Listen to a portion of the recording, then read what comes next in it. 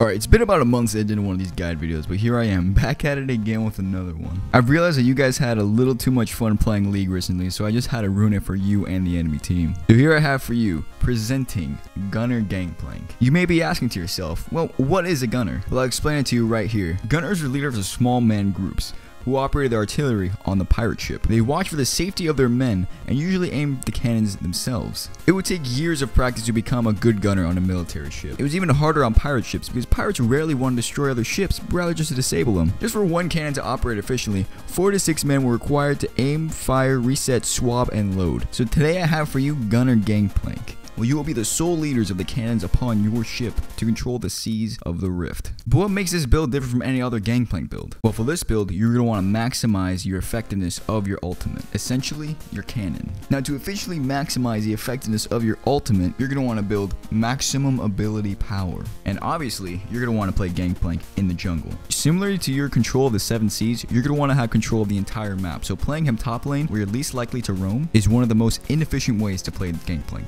in this day and age. Conventional Gangplank players may disagree with me, but then again, for low elo players like we know we all are, anything goes. Before we get an understanding of the build, let's take a quick peek at the room. Now for this build, you're going to want to do Arcane Comment and literally anything else, because Arcane Comment gives you that sweet extra damage once you lay down your ultimate, and the adaptive AP and CDR you get from that tree will just help you in the long run. Gangplank's passive is Trial by Fire. Every few seconds, Gangplank's sword gets enchanted with Fire Aspect 3, so you can set your opponents on fire. Now this will really be useful in the early levels and in the jungle because it will help with your clear, and if the enemy laner is stupid enough just to be walking around, you can get a couple auto attacks on them just to get them away and potentially get a kill. Now your Q is Parlay, where it's basically a point and click ability where you shoot your gun onto the enemy, scaling with 100% of your attack damage. Now this ability won't really be useful simply because it's attack damage and fuck that. But it is useful once you pair your Q with your E, Powder Keg. Paired with your E, you can easily clear Raptor and Krug camps. Because your Q gets you extra gold every time you kill an enemy monster, clearing camps like this gives you a lot of extra gold for every camp you killed in the long run. Your W is Remove Scurry, which is basically a Soraka Q paired with a QSS. Now, as you guys can obviously tell, this is going to be really useful in the jungle because you don't have a good fucking clear, let's be honest. And if you get someone like Lux where you get rooted constantly, you can get that shit off you in a moment. Your R Cannon Barrage is your most important ability in this build. This ability is a global ultimate, meaning you can shoot it on anywhere in the map. To truly abuse this ultimate, you're going to want to build full ability power. So you're going to want to build items such as Death Cap, Leandries, literally anything that gives you ability power, just use it. Because you want to be maximizing your effectiveness on your ultimate, you're going to want to rush it. So similarly to Gangplank top lane, you're going to want to be power farming up just to gain your silver serpents and your gold. No, granted, sometimes you'll miss your ultimate. Sometimes they'll get away with the slightest bit of fucking health. So sometimes you're going to have to man up and just,